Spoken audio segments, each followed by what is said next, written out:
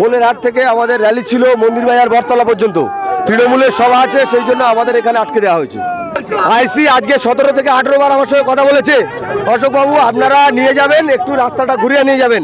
আমি বললাম যে ওখানে সাইড থেকে একটা সাইড দেবেন, আমরা দ্রুত ওখান থেকে চলে যাব যাতে কোনো রকম সমস্যা না হয়। কারণ রাজনীতি সকলে করবে, কিন্তু এলাকায় সকলে বসবাস করবে, রাজনৈতিক অধিকার সকলের আছে। আর তার সাথে সাথে আজকে যেহেতু শেষ প্রচার, তাহলে পুলিশের এটা কর্তব্য নয় যে শুধুমাত্র তৃণমূলের সভাটাকে পিসফুলি করানো, আমাদেরটাও করানো। আমরা সমস্ত রকমভাবে হেল্প করব বলেছি।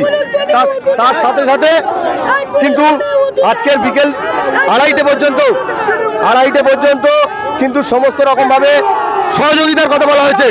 আজকের এখন আমাদের কেন্দ্রীয় মন্ত্রী শান্তনু ঠাকুর এসে গেছিলেন, তার গাড়ি আটকানো হয়েছে, সঙ্গে সঙ্গে আমি পৌঁছে গেছি। ওদিকে আমাদের আরও প্রচুর গাড়ি আছে, প্রচুর লোক আছে, তাদেরকেও আটকে দেওয়া হয়েছে। তাদের প্রায়োরিটি দেওয়ার জন্য আজকে আমাদের